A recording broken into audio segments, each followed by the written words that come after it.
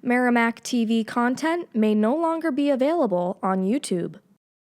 To continue watching our programs, please download the Merrimack TV app from your device's App Store. Programs may also be available at merrimacktv.com.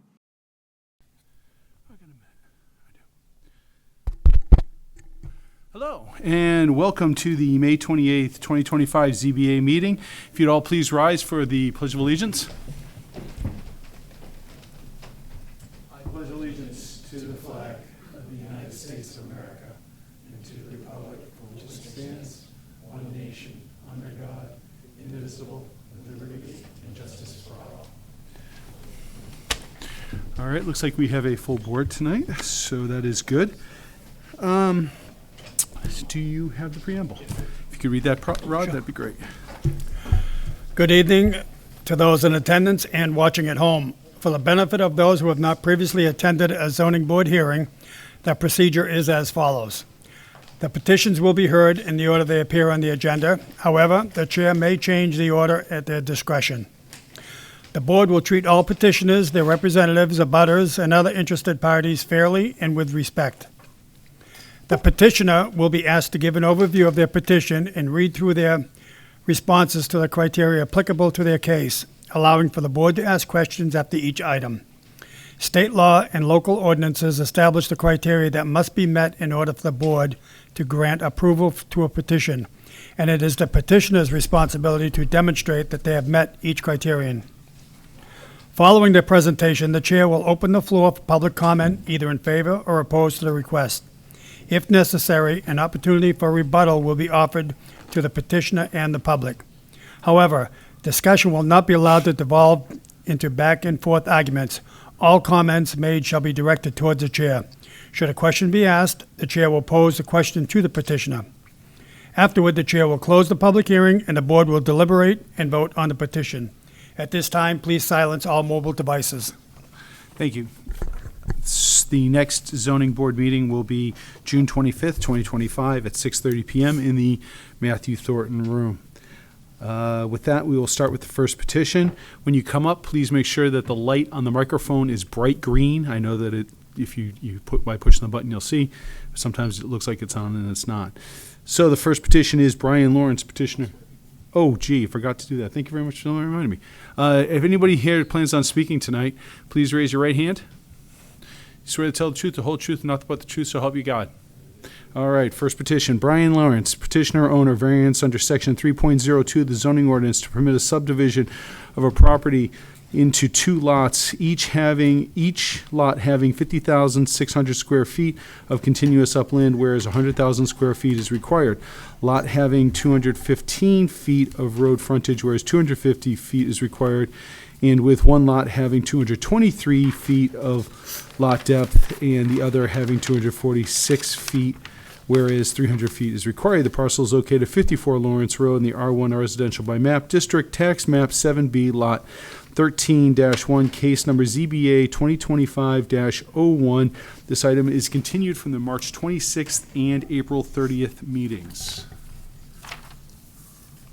Good evening, Mr. Chairman, members of the board. For the record, I'm Steve Keach. I think it has green lights on. Oh, it is? Okay, there you go. All right. Yeah. Maybe I'm just too short, Patrick. No, they got you. Seated to my left is Brian Lawrence, the owner and the petitioner.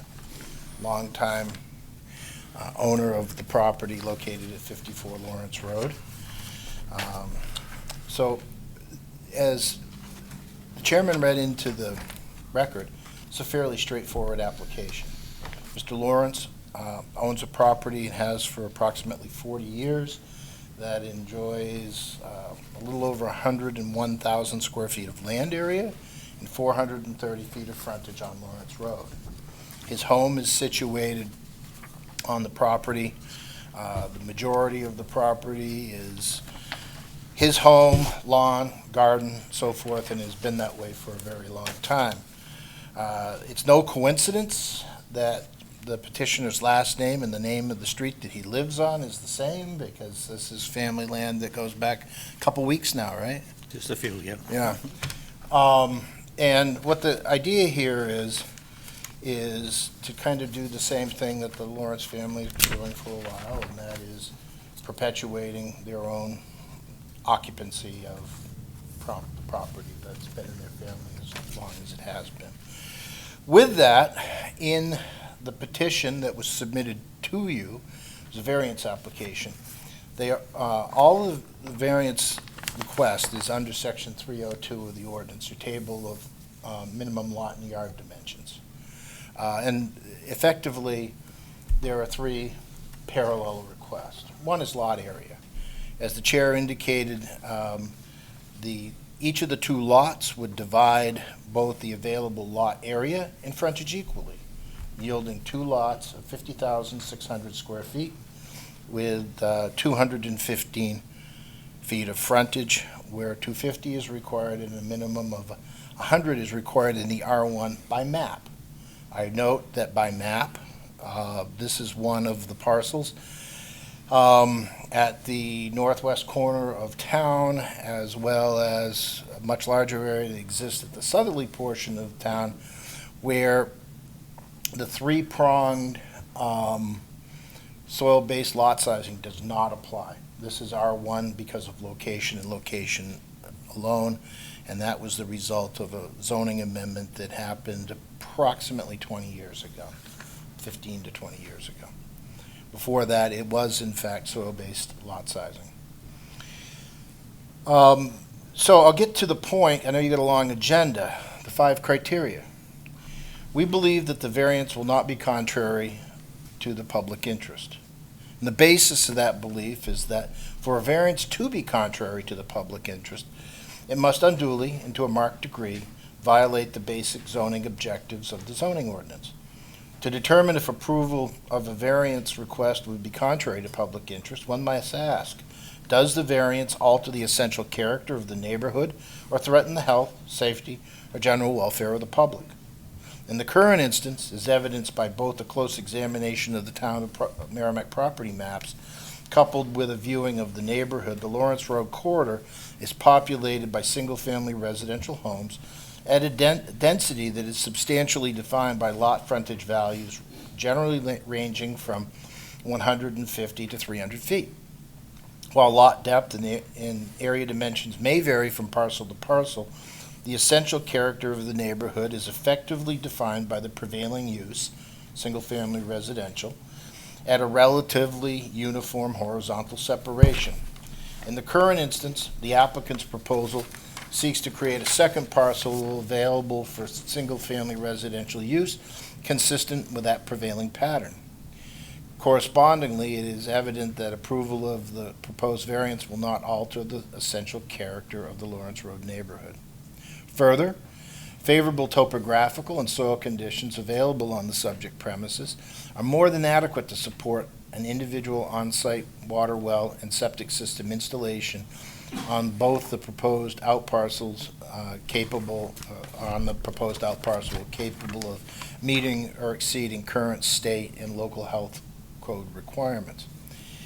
I might point out that that is critical here with the reduced lot size. The soil type on this is a Canton soil. It's a very good soil.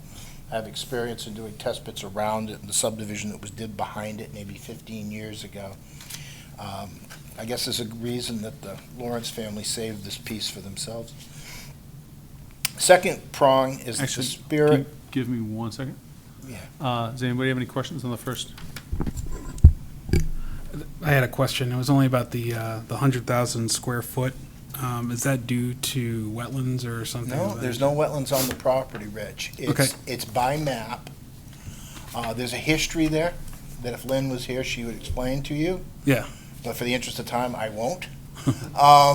But there are, if you look at our zoning map, there are areas near the northwest corner of the community and a much larger area sort of the immediate west of Wasserman Park, bordered by Natticook Road, Amherst Road, and so forth, where an amendment to the zoning ordinance that took place in the late 90s stripped away the soil-based lot sizing and made them R1 by definition.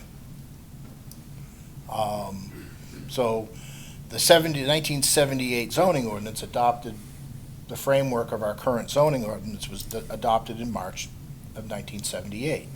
And at that point in time, all unsewered lots were either slight, moderate, or severe limitations due to soils. R1 was is the severe and requires 100,000 square feet. The R2 was the moderate, requires 80,000 square feet, and the R3 was the slight and requires 60,000. Am I right on those numbers, Rob? All right, thought so. And then the frontage was 250, 200, and 150, respectively. I don't know if I ever have encountered a piece that was actually R3, Rich, but I'm sure there's one out there. But this would be an R2, so in this case, if it was allowed to be zoned by map, by soil type, we would only be looking at an area variance. The frontage would satisfy the minimum requirements, and the lot depth would satisfy the minimum requirement. Now, those were the conditions that were on the property when Mr. Lawrence acquired it from his uncle back in the 80s. He bought this all those years ago with the understanding that there was a possibility he could do what he's trying to do all these years later. Zoning changed, he didn't. I'd also point out relative to those, that whole zoning thing with the progression of it, that if you look at the tax map in that neighborhood or tour the neighborhood with a copy of tax map in tow, you will realize that there are very few long-established lots in that neighborhood that have even 215 feet of frontage, particularly as you get closer to Bedford Road or you get closer to the Bedford town line by the entrance to the transfer station. Most of those are at or below 200. So, little history there. Actually, that's exactly what I was looking for. Thank you. All right. So, I guess being around for 40 years, something actually sunk in, right? Anyways. Second prong, if you're ready, Mr. Chair? Sure. Okay. The spirit of the ordinance will be preserved or observed. Section 1.01 of the Merrimack zoning ordinance cites the intent or purpose of the ordinance is to, quote, to promote the health, safety, convenience, and general welfare of the town of Merrimack and make it an attractive place in which to live, end quote. This statement of purpose defines the spirit of the ordinance. As acknowledged in the preceding paragraph, the applicant's proposal to subdivide a lot of record to create an outparcel available for single-family residential use, which maintains the prevailing theme and essential character of the Lawrence Road neighborhood, is consistent with the spirit of the zoning ordinance. Any questions, Mr. Chair? Questions?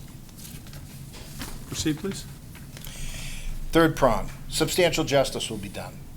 For the purposes of evaluating compliance with this prong, the New Hampshire Supreme Court has established that, quote, any loss to the individual, end quote, or any loss to the individual which is not outweighed by a gain to the general public is an injustice, end quote. In the current instance, the applicant, a long-term owner resident of the subject premises, seeks to create an outparcel comprised of land not otherwise utilized to support the long-established use and occupancy of his family's primary residence. As established under variance prongs 1 and 2 above, the creation of the proposed outparcel will neither prove contrary to the public interest nor alter the essential character of the neighborhood. Accordingly, denial of this variance request would yield no measurable gain to the general public and therefore represent an injustice imparted on this individual long-term owner resident. Mr. Chairman? Number values surrounding property. Thank you. The values of surrounding properties will not be diminished. The applicant's proposal contemplates the creation of an outparcel to be used for the construction of one additional single-family home within an established neighborhood of single-family homes. Since neither the existing dwelling nor future home constructed on the proposed outparcel will look out of place nor appear incompatible with the prevailing theme or character of the neighborhood, there is simply no evidence to support a conclusion that this proposal will result in an undue diminution of the surrounding property values. And hardship. For this, given the fact that this is an area variance, we'll be citing Part A, owing to the following special conditions of the property that distinguish it from other properties in the area. 1, there is no substantial relationship between the general purposes of the ordinance and the specific application of that provision to this property. As acknowledged by Section 1.01 of the Merrimack zoning ordinance, the general purpose of the ordinance is to, quote, promote health, safety, convenience, and general welfare of the town of Merrimack and make it an attractive place in which to live, end quote. In the current instance, the applicant seeks a variance to lawfully create a single-out parcel for single-family residential use, a use completely consistent with the prevailing use of the majority of parcels situated along the Lawrence Road corridor, through reliance on excess land area and street frontage available on the premises the owner has owned and occupied for approximately 4 decades. The subject parcel is unique. Unlike most other parcels occupied for residential use along the Lawrence Road corridor, the parcel enjoys an unusual proportion of street frontage to lot area when compared to most other parcels in the neighborhood. That is, he's got 430 feet of frontage and a lot depth of approximately half that, or it's a little more than half that in most places. It's a rectangle turned sideways. If you look at the tax maps, most of them are turned the other way. And construct a dwelling which will both mimic and respect the long-established land use pattern prevalent to the neighborhood. In the current instance, minimum lot dimensions, area, frontage, lot depth, applicable to the R1 district from which the applicant seeks relief are imparted by map rather than soil suitability for development. We talked about that. The framework of the Merrimack zoning ordinance, including soil-based dimensional standards specified under Section 3.02, Table of Lot and Yard Regulations, were initially adopted in 1978. Under that framework, dimensional standards applicable to residential properties which do not enjoy benefit of public sewer access were, and at most locations continue to be, based on assessment of soil suitability for development. Specifically, under Section 3.02.2, site soil conditions are categorized as having either slight, moderate, or severe development limitations. The subject parcel consists of a Canton soil series, identified as having a moderate limitation. Despite this favorable mapping designation, a subsequent amendment to the zoning map arbitrarily placed the subject parcel in the R1 district. Adoption of the subsequent amendment forces this longtime property owner, Mr. Lawrence, to seek relief from the required minimum lot frontage and depth standards which once were not, and if the property were situated elsewhere in the community, would not otherwise be applicable to the premises. When considering the fact that this applicant has owned the subject premises both before and after imposition of the R1 designation, it must be recognized that this subsequent zoning amendment imparted significant hardship on both the premises and its long-term owner. Finally, we believe that this proposed use is a reasonable one because in the current instance, the proposed use, single-family residential, is permitted by right in the underlying zoning district and must therefore be viewed as reasonable. To that end, in your packet, Mr. Chairman, you will find a letter penned to your attention dated March 24th, 2025, that reads for itself, submitted by Rick and Shannon Barnes. Mr. Lawrence's neighbors directly across the street, and I think that letter. I do not have that letter. This one? Okay. All right, excellent. So with that, Mr. Chairman, it concludes our presentation, unless I forgot something, Brian. No, I mean. You just got them riveted, you just got them riveted tonight, don't you? You gotta listen to what he says. So with that, Mr. Chairman, we'll entertain questions. Any questions from the board? Go ahead. Everything you've said so far, to me, makes a lot of sense. The main question I have is, what is the proposed development of a single-family going to be? What's the design, the square footage? Is it for rent, for sale? You know, Yet to be determined, isn't it? Yes, it hasn't been determined. You know, part of this is, I mean, what you were just asking. There's two things, since, for me, I'm trying to determine whether I stay in Merrimack or not, as I want to retire, and do I have enough funds to do so? And I'm looking at this as part of my ability to stay into Merrimack. I did, as Steve said, I did have this in mind years ago, because when we did build my house in the early 80s, the fire department had given me number 52 to begin with, and then when they saw the location on the lot, they actually switched me to number 54, leaving 52 available for that side of the property. But as far as what exactly is going to be there at this particular moment, I don't know. I mean, I still have to work through that, but I'm trying to get the ball rolling so that I can make a plan and see whether or not I can stay. Mr. Dowles, to Brian's point, if you look at the illustration, the exhibit plan, as he talked about the siding of his home, he cited it so that this eventuality was possible in, what, 1986, maybe? 84? 82, 84 I built, sorry. Yeah. So 41 years ago? Yeah. Just took him a while to get here to see you.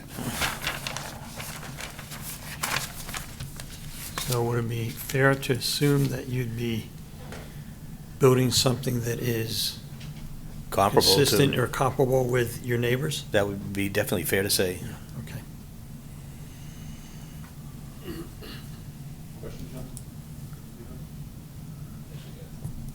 So you are going to build the house or just sell the lot? To be determined. Okay.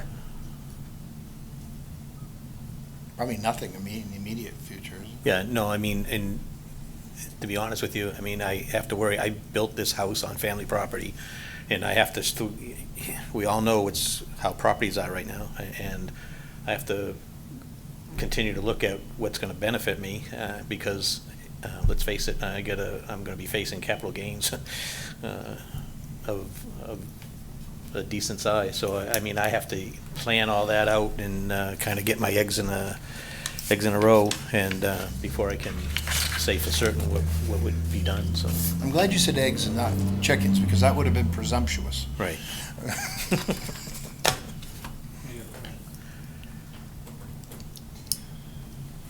Okay, so I'm going to open up with no other questions. I am going to open up the public hearing. I'm going to start by reading in a letter.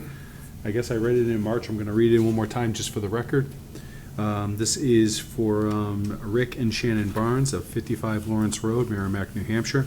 Dear members of the zoning board, please accept this letter in support of the subdivision request made by our neighbors Brian and Beverly Lawrence of 54 Lawrence Road. Brian and Bev are the last members of the Lawrence family on Lawrence Road and have been fantastic neighbors and supporters in the community. The request to subdivide their lot is not a concern to us as the neighbors who are directly across the street, and we know the lot is ideal for a second home. We reviewed the specifications of the request in your certified letter and had no issue. We hope you will accommodate their requests and allow them the opportunity to make this adjustment. We are happy to answer any questions you may have. All the best, Rick and Shannon Barnes. Is there anybody, with that being said, is there anybody that wants to speak in favor of this petition? Is there anybody that wants to speak oppose this petition? With nobody stepping forward and no further questions from the board, I'm going to close the public hearing and open it up for deliberation. Gentlemen, what do I hear?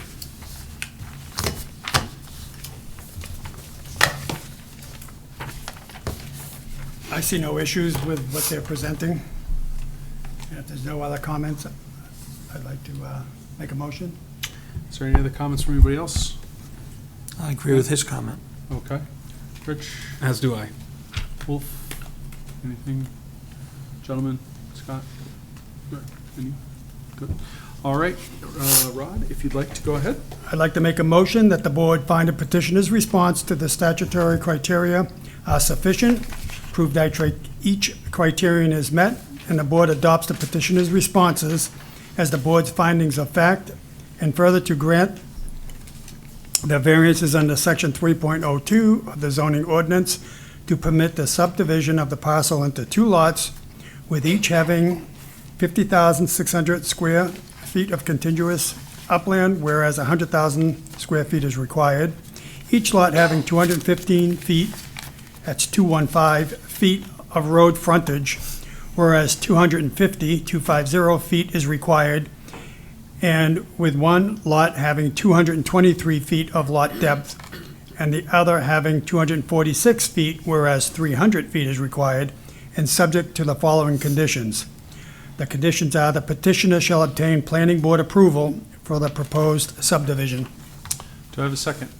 Second. Motion made by Rod, seconded by Ben. All in favor, say aye. Aye. All opposed? All abstained? 5-0-0.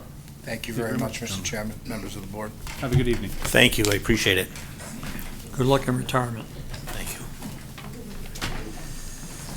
Next petition is Peter McClintock, petitioner and APMK Ventures LLC owner, variance under section 3.02 of the zoning ordinance to permit a 3-unit multifamily building on a lot with 26,136 square feet of land, whereas 120,000 feet is required. 135 feet of lot depth, whereas 200 feet is required, and 120 feet of road frontage, whereas 200 feet is required. The parcel is located at 332 Daniel Webster Highway in the C1 Limited Commercial Aquifer Conservation and Elderly Housing Overlay Districts, tax map 4D-4, lot 32, case number ZBA 2025-06. This item is continued from the March 26th, and April 30th, 2025 meetings.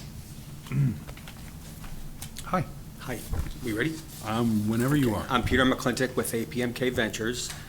Just want to give you a little information about the property first. I don't know if you've driven by it or not, but everyone knows where King Cone is in town. Yep. So if you're facing King Cone from the road, the building would be to the left of that. It's to the south. So we bought the property in December of 2014. It was a vacant, bank-owned property. It was a dog grooming business and kind of a residential property. It needed tons of repairs, so we came in front of this board and we got a special exception and a variance in 2015 to convert it to a 2-family. We gutted the inside totally and we converted it to 2 apartments. We have a 2-bedroom unit and a 3-bedroom apartment. The dog grooming portion, which is, if you're looking at the picture that I put in the illustrations there, it was probably a 2-car garage at one time. So we just used it and still use it as storage. You know, we're trying to get rid of some of that storage stuff. You bring it from home and then, you know, it just collects. So we don't really need that storage anymore. So what we're trying to do right now is if you look at the photo that's in the packet, we're trying to convert that garage section, a portion of that garage, into a studio apartment. So it would be, if you look at that picture, it would be going through that door to the right would be part of it, and then it would be, to the left would be a garage on the first level, and then up above it would be a studio apartment. Yeah, there'd be no additions to the current building. That entrance would be, the entrance to the 3rd unit would be to that existing door to the right. It's in that picture. There's no site improvements needed for the apartment. The current lot that we have for parking meets the criteria with the additional studio apartment, so there'll be no paving needed. And then the plot plan that I included shows some of it was the certificate of occupancy that we had to provide back in 2015. We had it converted to a 2-family. And the property is, serviced by town water and sewer and natural gas. All right, if you could go through the 5 criteria and just stop after each in case there's any questions, please. Sure. Thank you. Granting the variance would not be contrary to the public interest because it would allow for a productive use of the existing property. The need for affordable housing is needed, and utilizing the slot would be a benefit to the town. The third unit would be a studio apartment. There are other multifamily and two-family properties abutting the property and in the area. The proposed three-unit multifamily would not alter the character of the neighborhood, threaten the public health, safety, or welfare. Questions? Number 2, please. The spirit of the ordinance is observed because special exception was granted in January 28, 2015 to permit a two-family residence in the C1 zone. The site is already improved to accommodate the proposed use. There is already adequate parking. The building is not going to be expanded. The proposed third unit will not alter the character of the existing building or the neighborhood. Questions? Okay. Sure. So is the third unit where it used to be the? Dog grooming business, yeah. If you're looking at that picture, if you see that door to the right where I have that little arrow, that would be the entrance. And then there'd be like a little mudroom area that would come in. We'd probably have washer and dryer on that first level, some storage, and then there's a staircase that already goes up to the second level. That's where the majority of the apartment would be on that second level. Excuse me, one unit, then there's two units to the right. Correct, No, Are they separated by first floor unit, second floor unit? yes. are there already people in those units? Oh, yeah, Okay.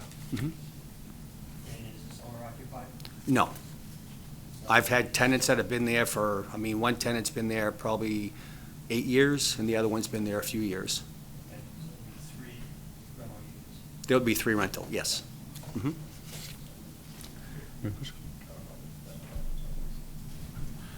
Number 3.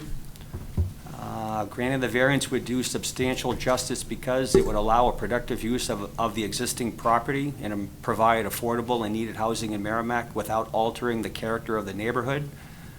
And there are other multifamily and two-family properties abutting the property and in the area. Number 4. Granting the variance would not diminish the values of surrounding properties because the existing property is in good condition. The proposed use will not require any expansion of the building or site improvements. The condition of the building will not change. There are multifamily and two-family properties abutting the property and in the area, and the proposed use will not diminish the values of surrounding properties. And number 5. Owing to the following special condition of the property that distinguishes it from other properties in the area, explain how fair and substantial relationship exists between the general public purpose of the ordinance provision and the specific application of that the provision to the property. The property is unique because any residential or commercial use would require a variance in the C1 zone. The parcel was created in 1954, and the original structure was built in 1958. Zoning has changed. The proposed use for the third unit, studio apartment, is an ideal use for the property. And then B. The proposed use is a reasonable one because it would allow productive use of the existing property. The character of the building and site will not change. The site is already improved to accommodate the use. It will not change the character of the neighborhood. It will not diminish the values of the surrounding properties, and it will provide much-needed and affordable housing in Merrimack. Excellent. Any questions? I got one question. Sure. When I drove by it earlier today, it Yes. looked like you had a good bit of parking parallel to the road, meaning they would pull in. Yeah, that's how it was when we bought it. It's basically head-in parking. So would it be correct to assume that it would hold at least 6 cars? It will hold 6 cars, yes. Okay. Probably like 6.5, but yeah, Yeah. 6, yep. And the zoning would only require 5.5 spaces for those units. Okay. Other questions? No other questions from the board. I'm going to open up the public hearing. Does anybody like to speak in favor of this petition? Does anybody like to speak against this petition? With nobody coming forward, I am going to close the hearing, or close the public side, and open for discussion on the board.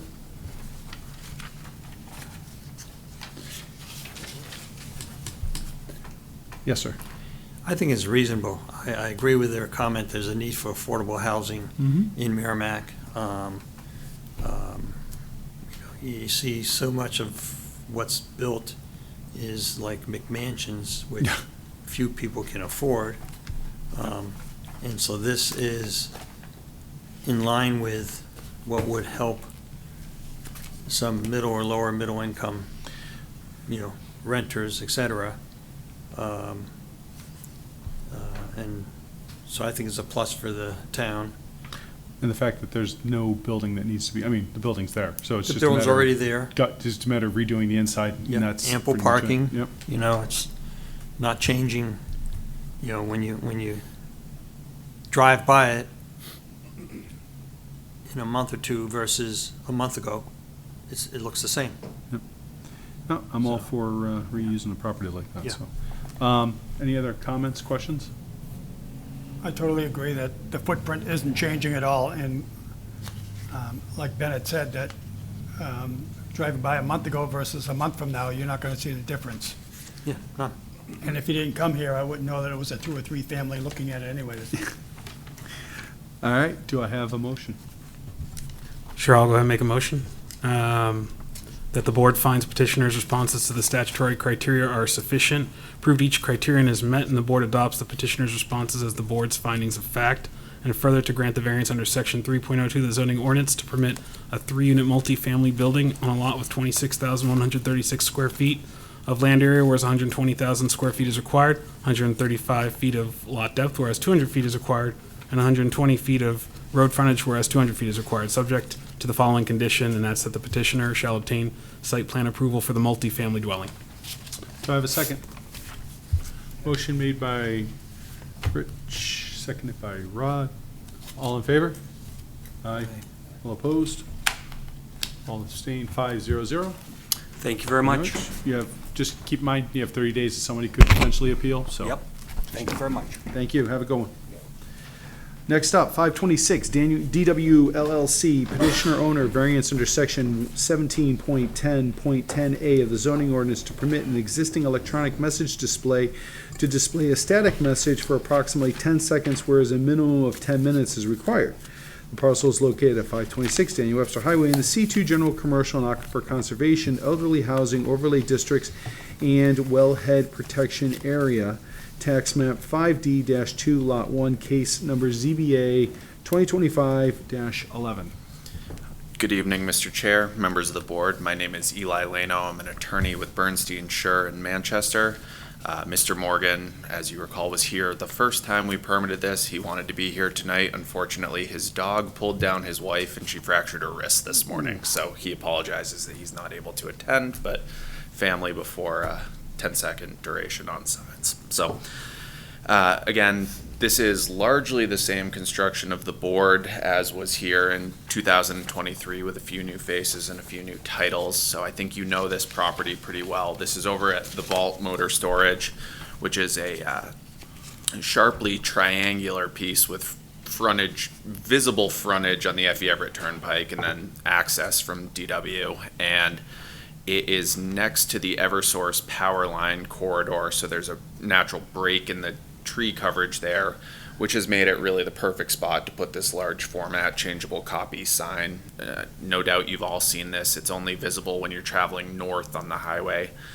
And when I received Robert's letter about this, I called Charlie to see what was going on, and he said that he has NHSEM, Sports Entertainment and Media, is the broker that does the sign advertising for him, and he honestly didn't know that this was changing faster than what was allowed or that he was out of compliance on that, which again doesn't mean we don't need a variance, but this was just something that happened here. So then in researching this, I drive every Sunday. I go by this sign on my way back from hockey in Nashua and tried to see going highway speeds what you see here, and most of the time I only see one sign face. Occasionally you'll see it switch one time because that 10-second gap, realistically you only see this sign for maybe 3 or 4 seconds while you're driving by. It's quick, it's clear.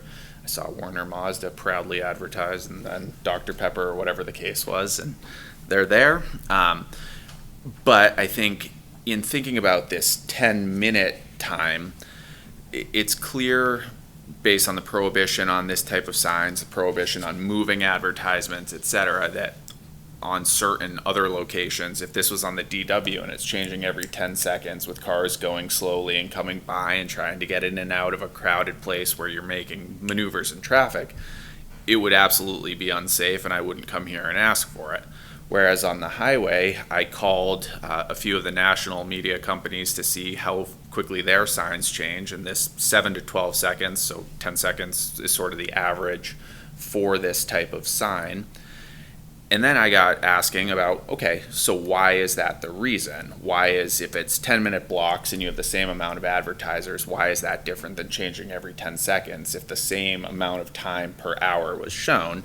And the issue is that maybe that 5 to 5:10 is not as valuable a time as that 5:20 to 5:30 when more people have gotten out and are on the highway.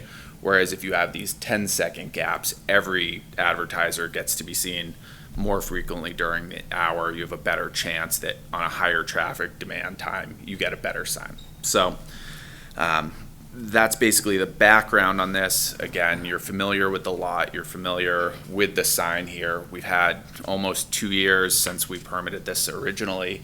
There hasn't been issues, there hasn't been public comment against this, in that this is somehow at its faster duration causing any sort of health, safety, or welfare challenges.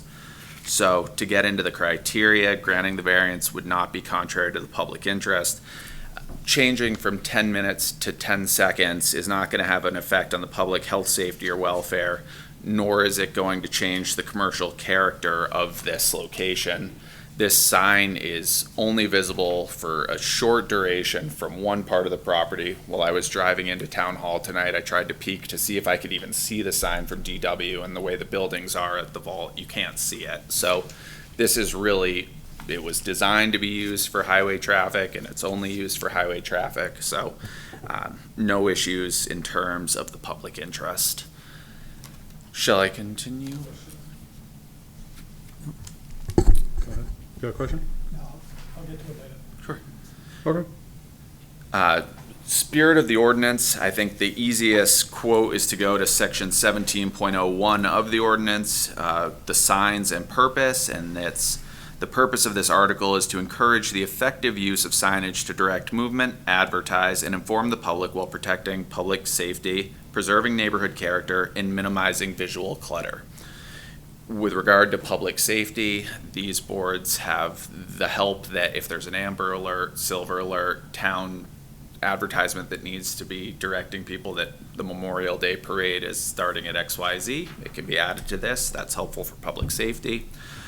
Preserving neighborhood character, hard to define anything about the F.E. Everett Turnpike as a neighborhood, where we have this well-developed section of Merrimack next to the school bus depot and a few of these other sort of heavier uses. This is not a real neighborhood, but it is a commercial corridor on one of the biggest roads in the state. And then minimizing visual clutter, I think, goes back to what I was talking about before. If this was in a spot where you stopped at a 40-second light cycle and you saw 4 of these sign changes, that's visual clutter. You're looking at it and you're like, that's kind of a lot. It's almost flashing at that point. Whereas here, you're driving by, I think the speed limit's 55, so we're all absolutely driving 55 on that road. You see this thing once, you might see two faces, but it's not clutter in such a way that it's going to be more distracting than any other billboard, static or otherwise. Number 3. Number 3 is granting the variance will do substantial justice. This is, again, the balancing test between the rights of the applicant and a harm to the public. A harm to the applicant can't be outweighed here by a lack of public gain. I don't think realistically, for the reasons that I've stated, that there's a public gain or a public difference at this very particular location on this triangular lot with only visible from the turnpike. There's no public gain to changing this, whereas advertisers have gotten used to the fact that this 10-second national standard is what they've come to expect. There's going to be a harm to the applicant if we're not granted this. Go ahead. What is that harm? Thank you. Yeah, so we've talked, again, I talked to a couple of the national companies about this, and it's we have some pretty big advertisers. We have some national soft drink companies and stuff, as I mentioned, as well as some local companies that are advertising here. If they're used to this, where you get a time period, you know that any driver at any point during the day has the opportunity to see your sign, you really only get one look at this spot. I think it'd be almost impossible to exit, come back, and only be going northbound to even see this within 10 minutes. So if advertisers think, okay, we're barred by this 10-minute standard that's not the national standard, there's not really a stated reason in the ordinance for why that is, but if it puts people off to the point where they say, okay, if it's not really even a rotating billboard, I'll just spend my money on a static billboard somewhere else, or I'll go elsewhere, or I'll ignore this, that's going to be a hardship to the client. Right, but Dr. Pepper's not paying him directly to advertise on that board. They're paying the advertising agency, which is the one that's managing the board. So, and that advertising agency is, I'm sure, has that up on multiple boards across the United States, not just that one. So, again, I don't see, if you catch what I drift, I mean, they're not going to, I don't think Dr. Pepper's going to pull it because one board says 10 minutes and, yeah, there are 50 that are well over all over the United States are at that 10 seconds. But if this makes it a harder sell to this broker to get these ads, and they say, is this a standard board? And he has to say, no, this is actually a very off-standard board. There's the possibility that this is no longer a commercially viable property. I understand the point. I get what you're saying. I don't think it gets that minutia with marketing, but I don't do billboard marketing, but I can understand what you're saying. Anybody else? Yeah, I was just going to say that while going through this, our zoning ordinances have been pretty clear about not having a billboard, so it would make sense that verbiage like this 10-minute restriction would be in. And when we made the decision to approve a billboard specifically, I would say that from my travels of commuting to Boston and Cambridge over the years, 10 seconds actually is what all the boards I've seen have been flipping at.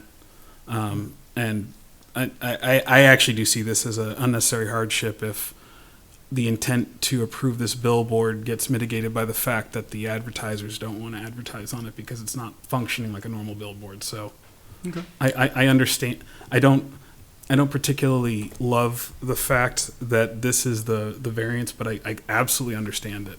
That's all. Well, all right. Unless anybody has any question, I'll have you move on to number 4. Sure. I do have one quick Oh, question wait, back go on ahead. number 2. We didn't get questions on that one. Just because I looked for it, in the bottom it says the state of New Hampshire allows 10-second intervals. I couldn't find that. In Anything. So we have a DOT permit for Yeah. this, and there's been no issue with that. And then again, That's on the permit? and I've talked to a couple of the other sort of national sign companies with their New Hampshire operations, and they do have 10 seconds in New Hampshire. Okay. Yeah. So I don't know that that specifically in that sign regulation says you can do this, but it's not, that's their standard practice. And again, this sign has had a state level permit the whole time it's been operating, Yeah. and we haven't received a single comment on this one. Okay. Yeah. Mr. Chairman, Yes, sir. if I may. Please. You state in the answers to the questions, there's a national standard that claims, you claim the national standard to be 10 seconds, but there's no source of that national standard. What is that source? Sure. I will tell you that I represent one of the national billboard companies, a New York Stock Exchange traded company. I called their people to ask what their standard was, and then we also called Signworks, who does work out of Manchester, and we asked what their these things, and then I also Googled and found a couple of the other companies. So I did the research on this, both through calling contacts I have and then also seeing what was published online. But that's an arbitrary, standard out of habit, not a legal standard of, a national standard in any shape or form. No, I wouldn't say Okay. that this is, that some Supreme Okay. Court has said Okay. 10 is correct. Okay, thank you. Yes. Common practice really is 10 Common seconds. practice, Thank you. exactly. Criteria 4. Please. So this will not diminish surrounding property values. I think the clearest indicator that this won't diminish surrounding property values is that the sign has been operating in the way I'm requesting it be operating for the past year. I don't think there's been an issue in terms of neighbors saying this is ruining my property values. Again, neighbors are the state and the highway, Eversource's transmission line, high power line, and then the school bus depot next door. So we're not really at a spot. And again, I have enough respect for the town and for the people that I wasn't going to bring this and try to ask for this next to a residential neighborhood. There are places where these fit and there are places where they very much don't. This is very much the former. This is a location where this fits. It's not going to diminish surrounding properties. Number 5. Sure. Owing to the following special conditions of the property that distinguish it from other properties in the area, explain how no fair and substantial relationship exists between the general public purpose of the ordinance provision and the specific application. So I think that's the way this is drafted in 674-33, I think is important to consider, and there is public purpose to this, and as I've discussed multiple times, there's the right place for these signs, there's the right place for these durations. And I would say that the fair and substantial relationship for having a 10-minute sign, again, at a location where you might be parked at a red light and see 4 or 5 different sign copies, that's distracting. Whereas at this location, with 10-second interval, you'll see it once or twice. So the substantial relationship from that 1701 purpose of protecting public safety, preserving neighborhood character, and minimizing visual clutter, we don't negatively affect any of those. It's an unusual spot. It's got this triangular shaped lot, this break in the trees. You can only really see it at highway speeds for half that 10 seconds. So you come down to timing once or twice, and it really, as applied, the 10 minutes just really doesn't enhance a public purpose in any way. But as discussed, I know that there's questions about how that creates a hardship, but by being off the national standard, it's almost to that balancing test on 3. The hardship is not the same as saying we can't build a single thing on this property in that section C or the second test. This is not to that level of the old Boccia standard or anything like that. But it's a hardship impugned on my client without any outweighing public benefit whatsoever, because the 10 seconds versus 10 minutes doesn't change really what they're seeing to a motorist. So. And then B? Proposed use is reasonable. Again, it's the confluence of factors we've talked about where you only see this for a short duration. So if it was 10 seconds or 10 minutes, most motorists aren't going to notice any difference between either of these. The sign is approved. The sign has been up, doing well, creating tax revenue for the town. The use is reasonable, and 10 seconds, for all of the reasons that I've been discussing with you, is also reasonable. Just kind of curious, how's it creating tax revenue for the town? It increases property tax. That billboard does? Yeah, it's a fixture on our property. It's taxed. Okay. Yeah, absolutely. All right. Is there any questions from the board? Can I ask Robert a question? The sign is physically on Merrimack property, but the absolute intent of the sign flashing is not so much for Merrimack residents, but it's aimed at the state highway and tourists or commuters. Does this affect the state, or does the state care? I mean, do they have any impact on us having a 10-second flashing sign on the state highway? The state doesn't care about that. Okay. And if I may, again, we did, before we even came for the local permits, we did make sure we had DOT permits in hand, because coming and getting our variances wasn't going to be particularly valuable if the state says you can't put this facing our property. So. Question? John? All right. No other further questions from the board. I'm going to open up the public hearing. Does anybody like to speak in favor of this petition? Does anybody like to speak against this petition? With no comment, I'm going to close the public hearing and deliberation from the board. I'll go first. I'll be honest with you. I do have some concerns with this, and the reason I have concern with it is that I get it. It's facing the highway. 55-mile-an-hour ride, people, you're going to see it. My concern is that we've had other petitions for flashing signs, or not flashing signs, but billboards like this in town. And they weren't on Daniel Webster Highway. They were on Daniel Webster Highway, but they were facing Daniel Webster Highway. They weren't facing a highway. I'm concerned, and maybe I'm just being a little overcautious. I'm concerned that approving something like this, making a variance to this section, might create a. I don't want to create a situation, create a potential down the road where somebody would said, "Well, you approved it here. Why aren't you approving it here?" Now obviously, the argument can be made again. Well, your sign is facing Daniel Webster Highway and not facing a highway in which people are going 55. No one's going 55 on the Everett Turnpike, but is going 55, 60 miles an hour on the Everett Turnpike. So, to me, I'm a little unsettled about wanting to amend or affect that variance because I just don't want to set a tone going down the road. I'll give you a chance to go back. And does anybody else have any other comments to that, or Ben? When I first looked at this, I assumed it was DW, and I was starting to think the way you just expressed yourself. But as I read through every page of the proposal, it was clear to me that it was Everett Turnpike, and I agree with virtually everything that he said about the Everett Turnpike in the 10 seconds.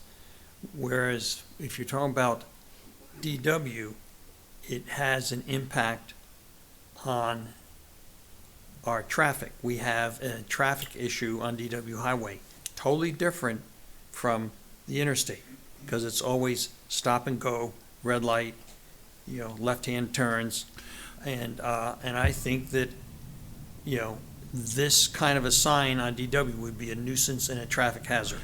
I agree. I don't think it's the same on the interstate, which is why I'm in favor of it. I just concerned about setting a precedent, that's all. It's not a precedent because you can't compare DW to Everett Turnpike. Okay. They're two different classes. Oh, no. Entirely. I agree with you. I agree with that, yeah. Is there something I did close the public hearing, but I'll reopen it if you want to make a I'll comment. be very brief. Sure. Again, every variance applicant has to meet the 5 criteria of 674-33. Nothing the board doesn't know here. But you also, it's not precedent setting. These are non-precedential decisions.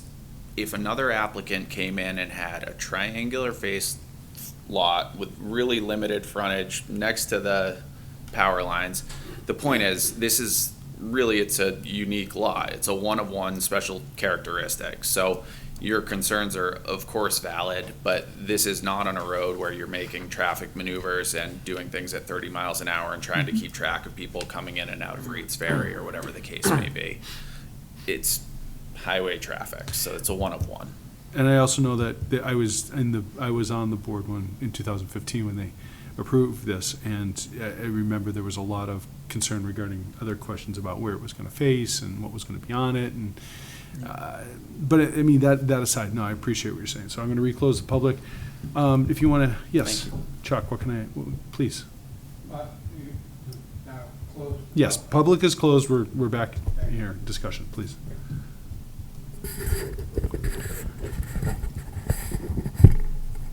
I, of course, am an available alternate this evening, which was unnecessary for your deliberations in the technical sense. But I believe what I have to say is very important to your deliberations. You have the floor. I did sit on the original variance, and I was very much in support of it because it created the highest land use value for that particular parcel. And I think every landowner should be utilizing their highest land use value. There were other applications this evening that I didn't say anything about, but I did believe that the board recognized the highest land use value in approving those. And such is the case here. We set out on a course when we allowed the petitioner to build this facility, only to find out after the fact, which is consistent with the human element, I believe, that it wasn't apparently consistent with something in the zoning ordinances. Who knew? And when I began to look at the issue, I found that this is a fast-paced world, and everything is accelerating all the time. And industry standards have changed considerably since the petitioner originally came forward with this idea to fill out his property. It's difficult for a municipality to keep up with the fast-paced changes that commerce and industry and economy dictate in the marketplace. I have to say that I'm comfortable with the original decision. I am very comfortable with an affirmative decision this evening. I think that Charlie Morgan has been a tremendous citizen in our community.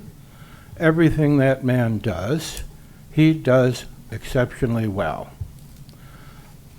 Proof positive in the attorney coming before you this evening.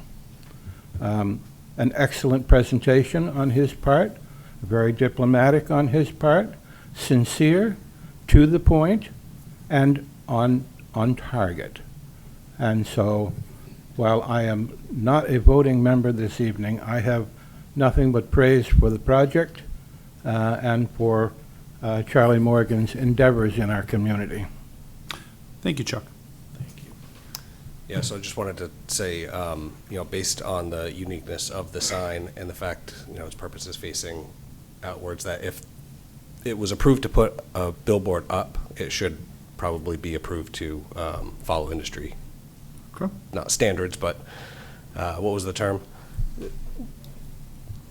Common practices. Common practices. That's- So I think that since the zoning board previously did approve that, and based on, again, the unique situation, if it's on Daniel Webster, I totally agree that it doesn't make sense, but Cool. that's where I'm at. Any other comments? Do I have a motion? All right. Let's see, I make a motion that the board finds the petitioner's responses to the statutory criteria are sufficient, proved each criterion is met, and the board adopts the petitioner's responses as the board's finding of fact, and further to grant the variance under section 17.10.10A of the zoning ordinance to permit an existing electronic message display to display static messages for approximately 10 seconds, whereas a minimum of 10 minutes is required. Second. Motion made by Scott, seconded by Rich. All in favor, say aye. Aye. All opposed?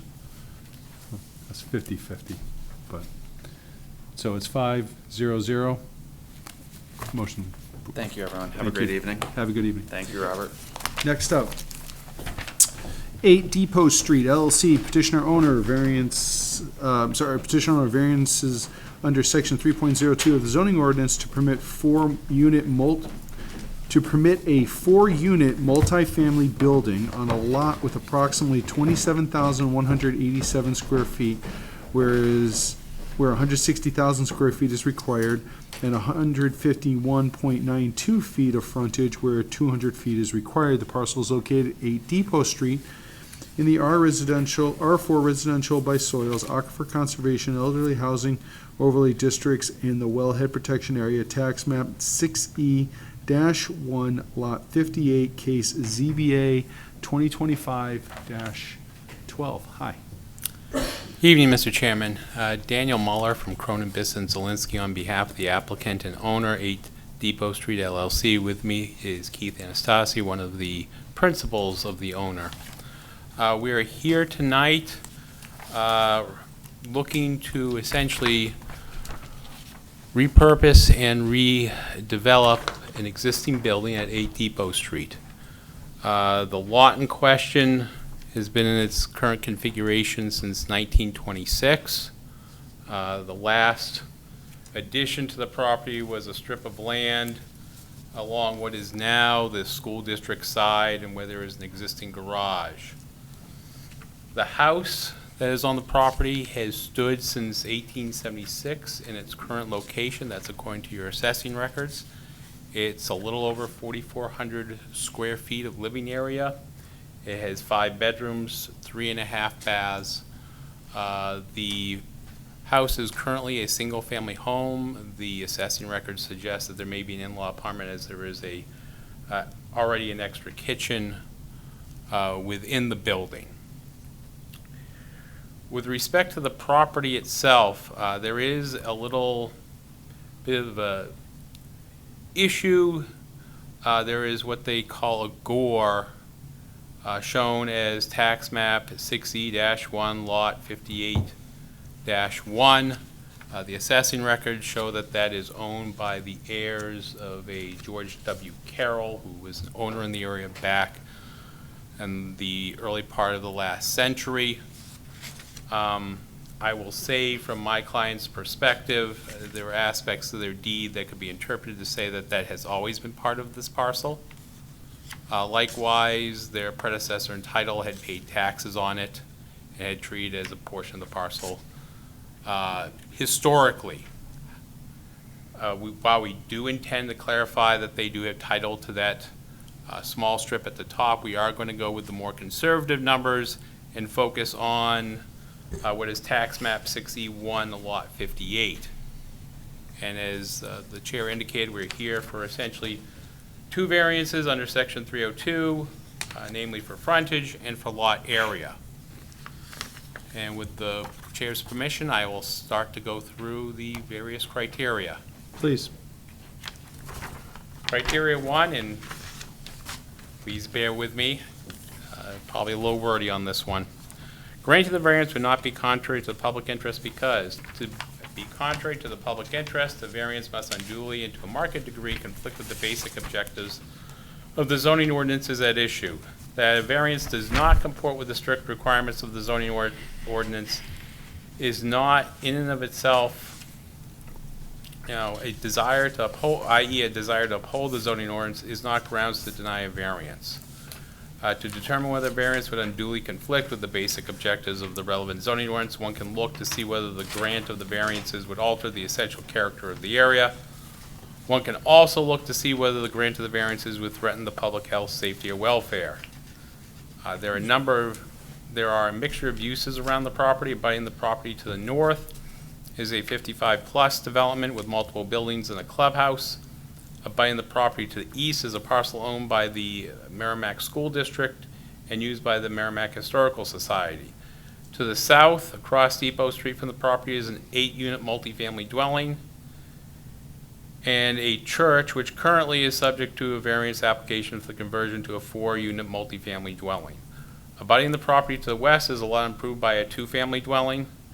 The neighborhood otherwise includes a variety of dwellings. Lot sizes and frontage amounts vary within the neighborhood, with some properties having older dwellings. For example, the church property across Depot Street is approximately 8,800 square feet in size. The adjacent 2-family at 6 Depot Street has approximately 100 feet of frontage on Depot Street and is over 22,000 square feet in size. The property, for its part, has been improved by a residential building in its current location since at least 1876. The detached garage/barn has been in its current location since at least 1926.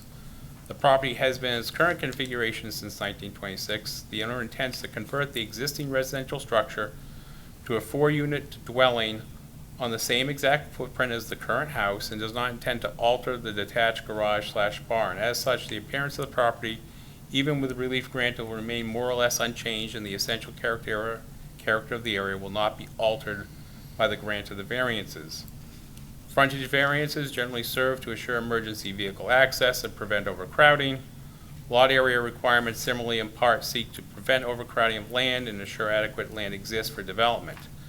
The property has been improved by a dwelling since at least 1876 in the same location. The owner intends to use the footprint of the existing residential structure for the 4-unit multifamily conversion. As such, even with the variances, there will be no further overcrowding of the property, and the proposed dwelling will be the same distance from the surrounding development. There have been no issues with access to the property for emergency vehicles. The property has a substantial driveway and a detached garage to accommodate parking. The property is served by public water and sewer. In short, the grant of the variances will not unduly conflict with the basic objectives of the relevant ordinances and therefore will not threaten the public health, safety, or welfare. Number 2. Number 2, the variances would not be contrary to the spirit of the ordinance because whether a variance would be contrary to the spirit of the ordinance is related to the requirement that it not be contrary to the public interest, and therefore elements may be addressed together, citing Farrar versus City of Keene. As such, for the reasons set forth above, the variance will not be contrary to the spirit of the ordinance. Number 3. Number 3, by granting the variance, substantial justice would be done because substantial justice is done if the loss to the owner in the event that the variance is denied outweighs any gain to the general public. Likewise, substantial justice is done if the grant of the variances is consistent with the character of the area. The house on the property dates back to 1876 and currently has 5 bedrooms and 3.5 baths per assessing records. The dwelling per the assessing records includes an in-law apartment already which was built in 1983. The owner seeks to update the dwelling and better utilize the existing structure consistent with the current need for more dwelling units. The grant of the variances would allow a reasonable return on its investment to upgrade the property. By contrast, as suggested above, there is little public interest at stake here. The proposed conversion will not cause overcrowding of the property as the owner intends to use the existing footprint of the house, which has stood in its current location since 1876, apparently without issue. Similarly, the proposed development will use the same access from Depot Street, which has not presented any issues in terms of emergency vehicle access. As noted above, the conversion will add a modest number of dwelling units to the housing supply needed in the state. Additionally, and alternatively, for the reasons discussed relative to the lack of change to the essential character of the area, the proposed development to be allowed by the variances will not alter the character of the area. For these reasons, substantial justice will be done by granting the variance. Number 4. 4, the proposed use would not diminish surrounding property values because the owner seeks to convert the existing dwelling on the property to a 4-unit multifamily dwelling. A multifamily use is a permitted use within the R4 zoning district, and indeed, there are other multifamily dwellings within the neighborhood. While the property technically lacks the frontage and lot size for its proposed use, where this is a conversion of existing building using the existing footprint dating back to 1876, when the property was actually smaller in size as opposed to a tear down and the construction of a new, more expansive dwelling, the grant of the variances will not cause the overcrowding or similar impacts which might impact neighbors and the values of their properties. In short, the variances will not introduce a new use to the neighborhood and will not give rise to the impacts which might adversely impact neighbors, which arguably could impact surrounding property values. Indeed, if anything, upgrading the long-standing dwelling should serve to increase the values in the neighborhood. Number 5. Denial of the variance would result in unnecessary hardship to the owner owing to the special conditions of the land because the property has been in its current configuration since 1926 and the house on the same has stood since 1876. The dwelling has accommodated an in-law apartment since 1983 and is of a size and style which would accommodate a conversion to a multifamily dwelling. According to assessing records, it has 4,471 square feet of gross living area. The property itself was expanded in 1926 along its easterly side, but further expansion of the property given the development in the area does not appear plausible. The property, which is residentially zoned, is in an area of mixed uses, including other multifamily dwellings. Likewise, this particular area of the residential zoning district is characterized by lots of varying size and frontages. The property has been served by a driveway off of Depot Street, and that driveway is connected to a driveway serving the school property to the south. Given all of these conditions related to the land and the development thereon, prohibiting the conversion of an existing dwelling to a multifamily dwelling using the long-standing existing footprint will not cause overcrowding of the land, impair emergency vehicle access, or similar impacts, and therefore there is no fair and substantial relationship between the general purposes of the relevant ordinance and their specific application in this case. I'll just continue with the last one. The proposed use is a reasonable use of the property.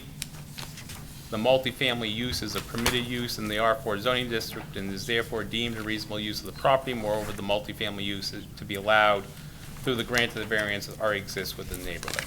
Thank you very much. So I'm going to ask something. It's going to be a little, it's not of you, but Chuck is not a voting member this evening, but he does have a very strong understanding of the history of Merrimack and knows the area. And so I'm going to ask, since he is not a voting member, I'd like to hear your opinion, if you might. Thank you very much, Mr. Chairman. I am the Vice President of the Historical Society, and we made an agreement with the school district some 4.5 years ago for the Historical Society to occupy that building in perpetuity. It is the site of the original high school in Merrimack. It was a teacher's college known as the McGaw Normal Institute. The house that these gentlemen are trying to improve was the headmaster's house. And Admiral Forrest Sherman lived in that house, where his father was the headmaster at McGaw. It's certainly a historic house architecturally, and certainly in the history of Merrimack, being associated with the development of the northern village in our community. We have tried very hard to improve the area over the last number of years, and it's difficult in the society that is creating pressures on us for housing and goodness knows everything else.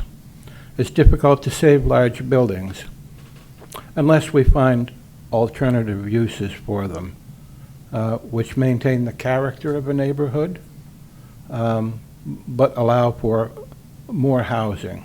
More people want to live in our community.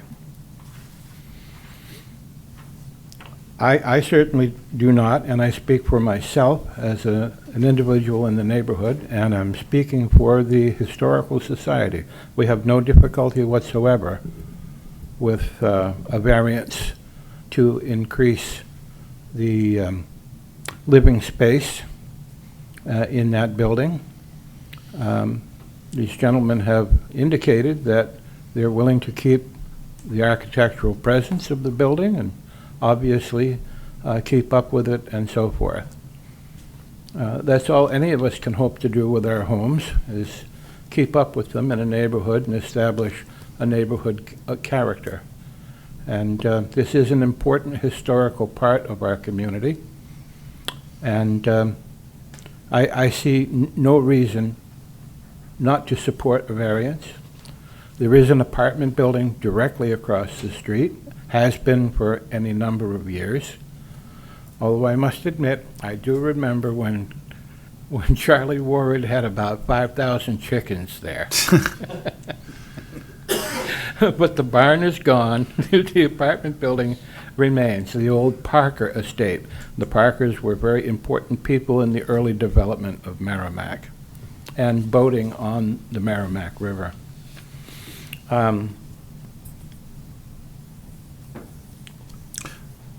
I don't know what more is to be said. I know, I appreciate your insight, and that's why I asked for it. People are willing to keep the character of a community when they develop. That was true of Mr. Morgan.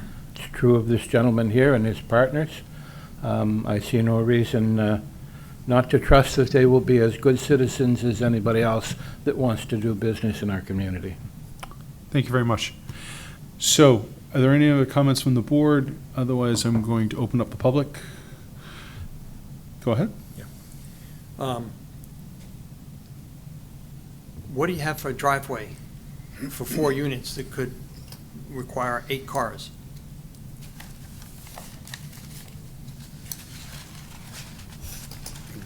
Go ahead if you, just because you, Do they have? they have this, yeah. Yeah, we'll accommodate up to, I think we had 10 spaces. Plus, we've got 2 garage spaces. Right, and what's the configuration for the 10 spaces? That's what I'm trying to We don't get. have it on this plan, but we do have a conceptual. That's why I'm asking. Okay, conceptually, where are you going to put them? Oh. That's what he's asking. So, when you drive in, it would be facing the Historic Society, it was where the parking would be, to the right. So when you drive in the driveway, to the right. You mean over here? I can't see what you... Yeah, facing the Historic Society. All right, and so how Along wide's that the fence driveway? line there. How What's that? wide's the driveway? How wide is it currently? Yeah. 12 feet? 10 or 12 feet? So you can have room for 10 cars to park in, We'll expand it to the right, so they'll be parking there off the driveway. okay, because that's not shown on here. Right. That would have been helpful.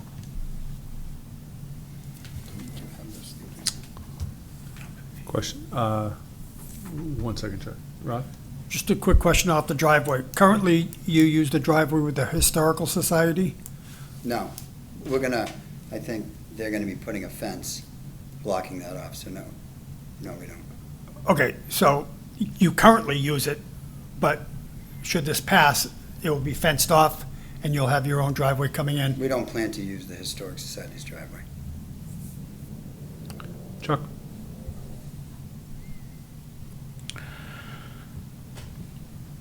I'm very comfortable with the property that is available for them to manage Okay. and manipulate into a configuration that is acceptable to the planning board.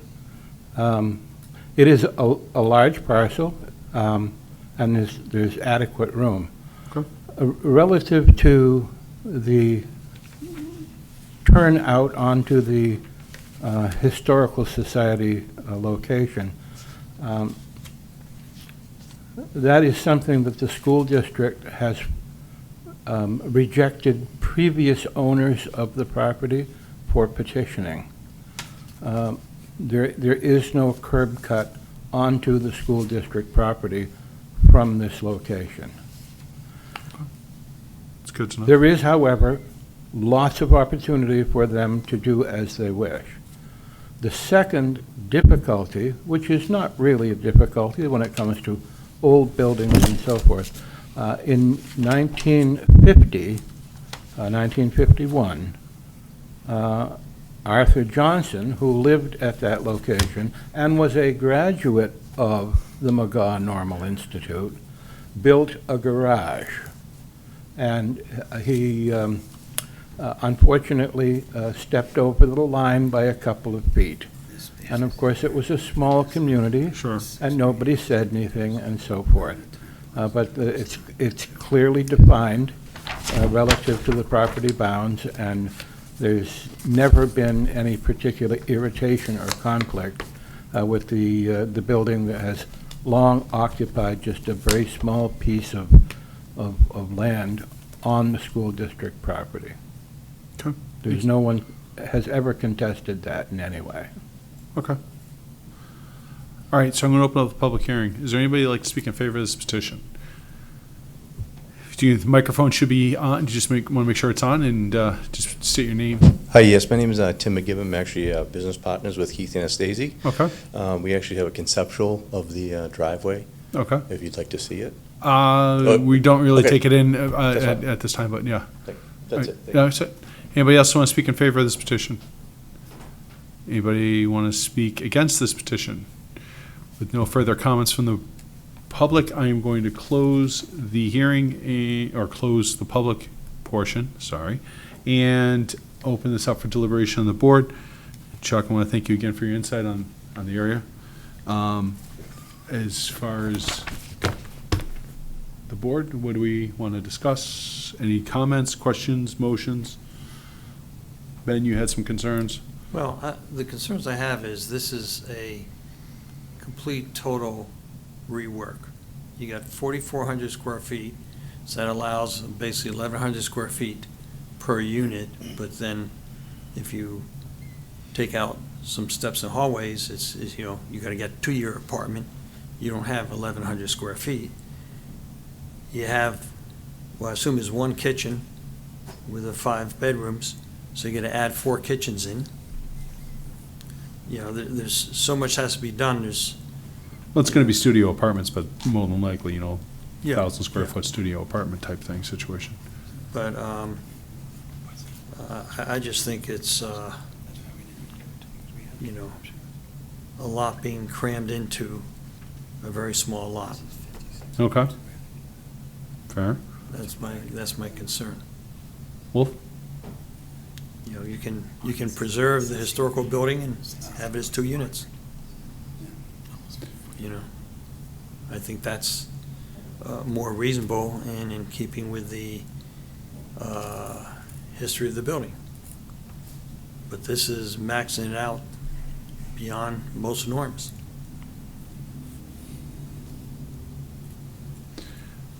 Rod? I'm all set. Wolfram? Scott? Rich? I'm very much indifferent, only because actually the points that Ben brought up, this seems like a very dense area. But at the same time, if they're 4 studio apartments and this is affordable housing, that's a good thing. So, Do I have a motion? I'd like to make a motion. I make a motion that the board finds the petitioner's responses to statutory criteria are sufficient, proved each criterion is met, and the board adopts the petitioner's responses as the board's findings of fact, and further to grant the variances under section 3.02 of zoning ordinance to permit a 4-unit multifamily building on a lot with approximately 27,187 square feet, whereas 160,000 square feet is required, and 151.92 feet of frontage where 200 is required, subject to the following conditions: that the petitioner shall obtain planning board approval for the proposed multifamily dwelling. Do I have a second? Second, Scott. Motion made by Rod, seconded by Scott. All in favor, say aye. Aye. All opposed? Ben? And abstain. All right, 4-1-0.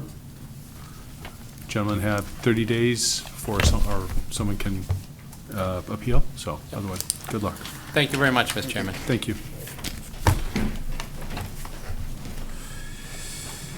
Next is Mary Vrostic,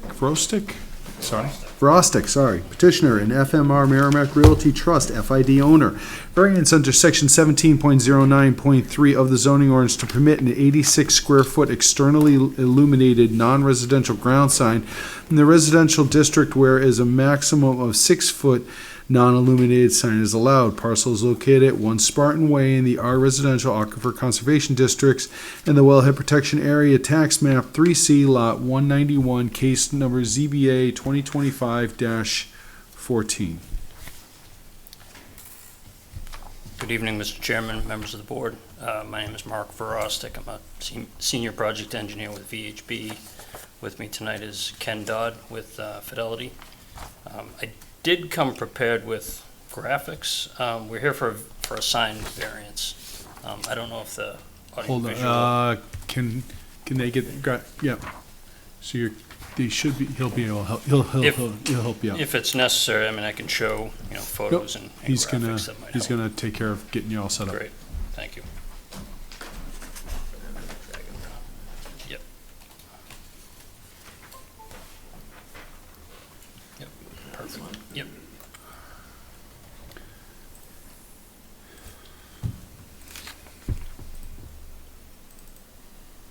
Perfect, thank you.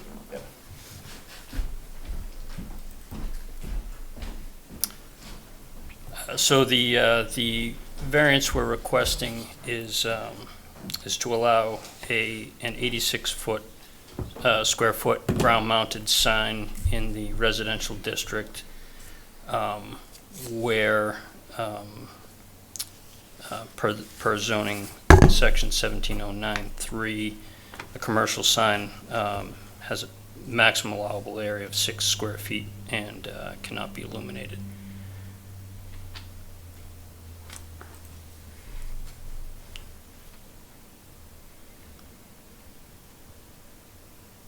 Is this the sign that's already there? There is no sign there currently, so just for orientation purposes, this is the Fidelity parcel. Industrial Drive is on the northerly side of the site, and the proposed sign is at the intersection of Industrial Drive and Spartan Way. And I'll zoom in. Is that the? I'm just trying to get my geography because Sure. believe me, I live in Merrimack. I'm horrible with the roads. Is that the entrance facing the outlets? Correct. Okay. Correct. Directly opposite. Didn't we approve We- something like this like 10 years ago? Yeah, It we. was 2016. We were before the board for the same variance. The sign changed a little bit in design. It was 70 square feet then. The design of the sign has changed. So you're looking for a bigger sign that's lit up. And both previous sign was also illuminated. I was to say the one exterior. that's there now is limited, right? What's there now is and I'll get. We have a granite wall and a flag. So this is what's there now. Currently. Okay, but there is a sign there with that, right? There is no sign. It's a stone wall. Really? There's a flag, and it I has. swear I drove by the other day. I skipped, but I'll take your word for it. How come it wasn't built? I wasn't here at the time in this particular role, but I would say that Fidelity got the variance from the board with the intention of doing it locally, but ultimately did not secure the approvals up the chain of command in the company. In this case, we've got funding approval already, and we have approval up to the CFO of the company. The intent here is, of course, to get the variance so that we can execute this thing quickly and complete within about 10 weeks. So is this the same variance that we heard? Is this the same variance we heard in 2016? It's Very different. similar. More or less. I mean, the sign, flip to the graphics of the sign. I don't have what was approved in 2016, but it was a different shape, largely in the same location. The proposed sign, has a stone face with the Fidelity logo and identification. So is this going to go in front of the flag that's there? Yes. Okay. So, and we do have, these are the current, and then we have some photos of, what it will look like once it's built. Okay. So it'll blend in and look much as the existing stone sign does today, but it will have the Fidelity identification. So it's just a static lit sign. It's not a scrolling billboard Correct. type There's sign. no moving lights. There's no moving messages. Okay. Correct. Yes. Okay. Yeah, if you want to read in the criteria, please. Sure. I will just the reason we're here is that for some background, this area of the site is zoned residential, even though it's a commercial property. I think it's a remnant of when Digital originally developed the site. That it was a portion of the site for the development was rezoned as industrial, but the location where where frankly all of the frontage on the property is in the residential zone. So hence the need for the variance. And I'll read in the 5 criteria. The first criteria is granting the variance would not be contrary to the public interest because the site identification elements that are proposed will not only clarify or clearly identify the Fidelity Investment Campus to the public, but it will also assist those seeking this location the ability to utilize these elements as a wayfinding tool in locating their destination. The campus identification sign is being specifically designed to complement the landscape and character of this area. These elements will be integrated into the existing landscape and utilize existing open space in order to achieve the property identification. Those traveling to or through this area expect and desire to use the use of identification tools to assist the properly identifying and for vehicular navigation. The elements proposed as submitted will accommodate the needs of this property as well as protect the interests of the public. Questions? All right. Oh, sorry. Go ahead. Actually, we'll do that later. All right.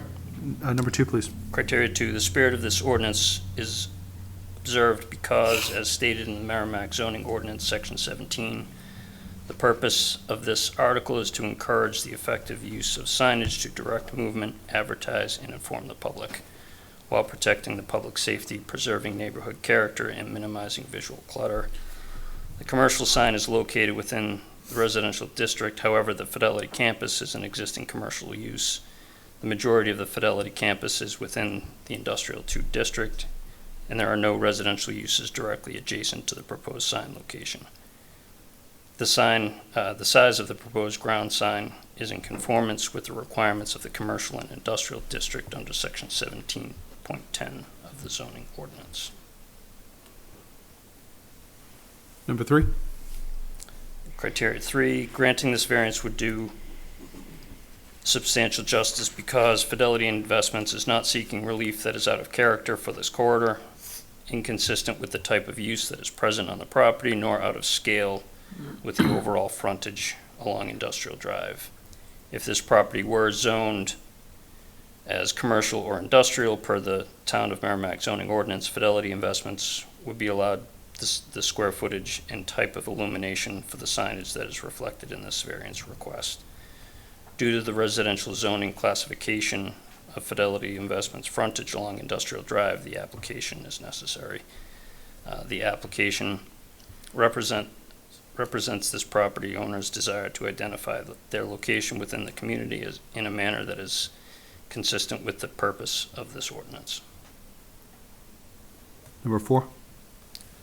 Criteria 4, granting the variance would not diminish the values of the surrounding properties because there will be no impact on the value of any surrounding properties. Due to the size of the campus, the main element proposed along Industrial Drive will be positioned along the overall, within the overall Industrial Drive frontage. The proposed gateway signage will only be directly visible to motorists traveling along this roadway and the very few properties on the north side of the frontage. Adjacent surrounding properties are predominantly located within industrial districts, and the proposed signage will have no impact on their value. Due to the size of the property and the natural vegetation that is present, properties along Continental Boulevard or to the west of the Fidelity Investments campus will not have a line of sight to the signage. And then number 5, you can just read through A and B. Sure. Please. Sure. 5, unnecessary hardship. Owing to the following special condition of the property that distinguish it from other properties in the area, explain how no fair and substantial relationship exists between the general public purpose of the ordinance provision and the specific application of the provision of the to the property. The application of the ordinance to this property does not allow for the proper identification that is representative of the type of use that is present, nor the scale of the existing development.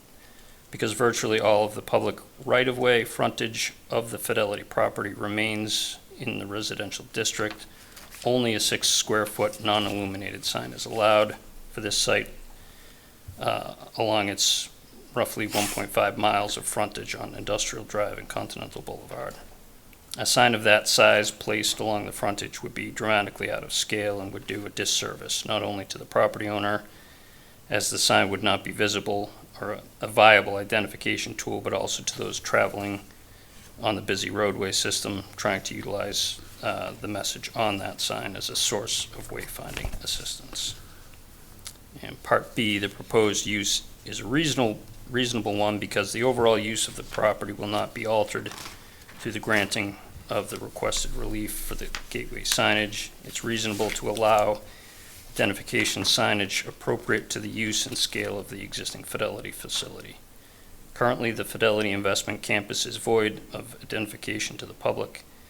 The proposed signage will provide identification and wayfinding for employees and the public traveling through the area.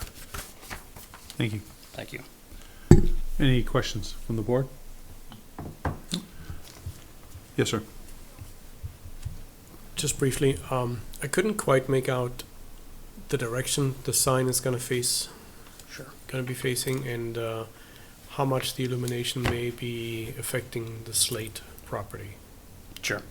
So, so in this location, I'll flip to a zoomed-in site plan where Industrial Drive is on the top of the page here. The sign will be facing towards Industrial Drive. The illumination will be facing away from the roadway to light up the face of the sign. If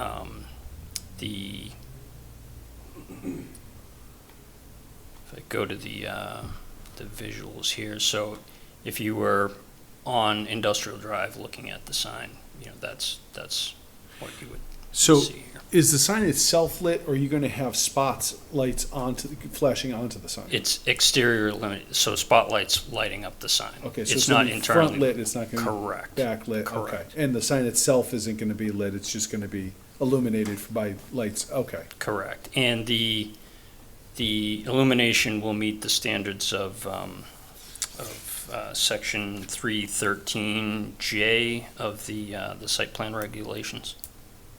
So it doesn't sound like it's going to be shining right at the apartments, which is good question. Right. Any other questions? All right, so I'm going to open up the public hearing. Is there anybody like to speak in favor?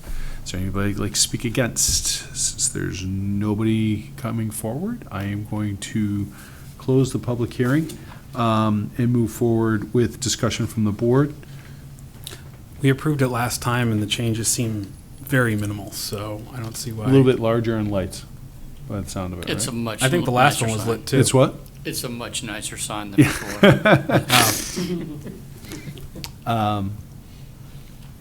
Comments, questions, thoughts? Anybody?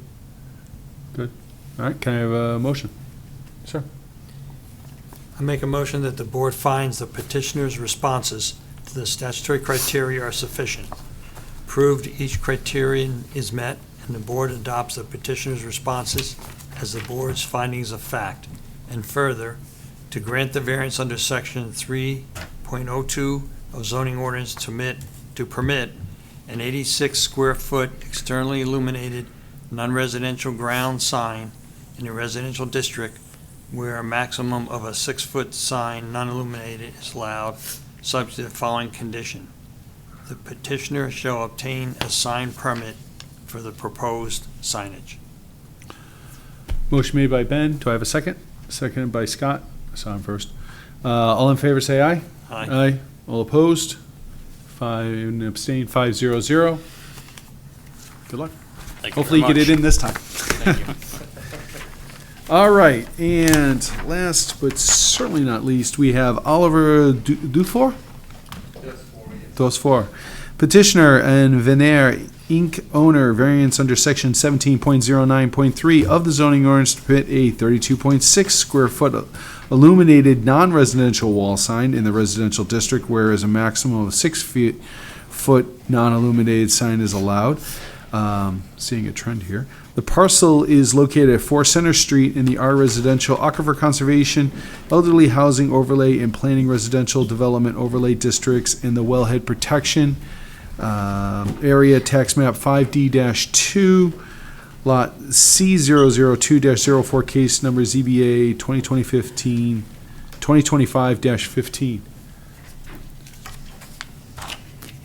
So Robert, you just packing all the signs in one meeting?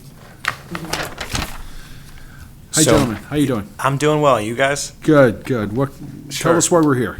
Sure. So I'm an employee with Veneer. This is my boss, Olivier, Okay. from France. So I'm here to kind of do a little bit of, I don't want to say the translation because he speaks English very well, but here to kind of bridge the gaps.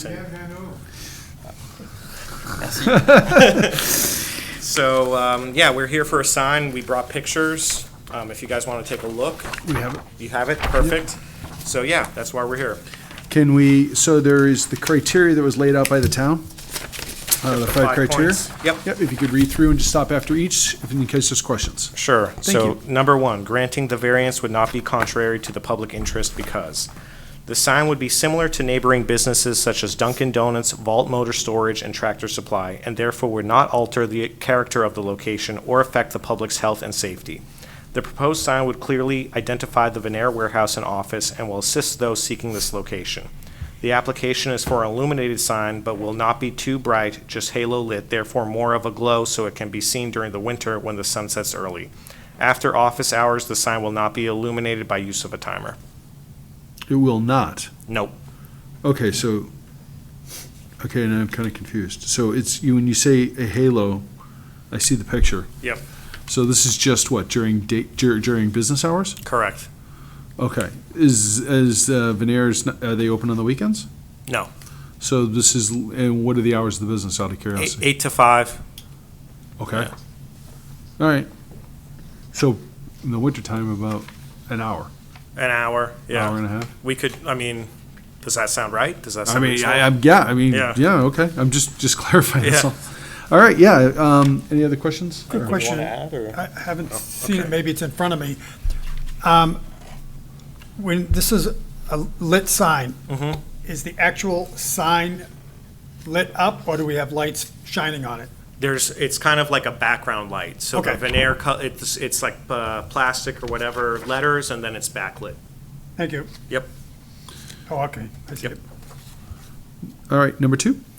The intent for the business sign is to clearly identify its location for those traveling on DW Highway and would not be visible from the Center Street neighborhood.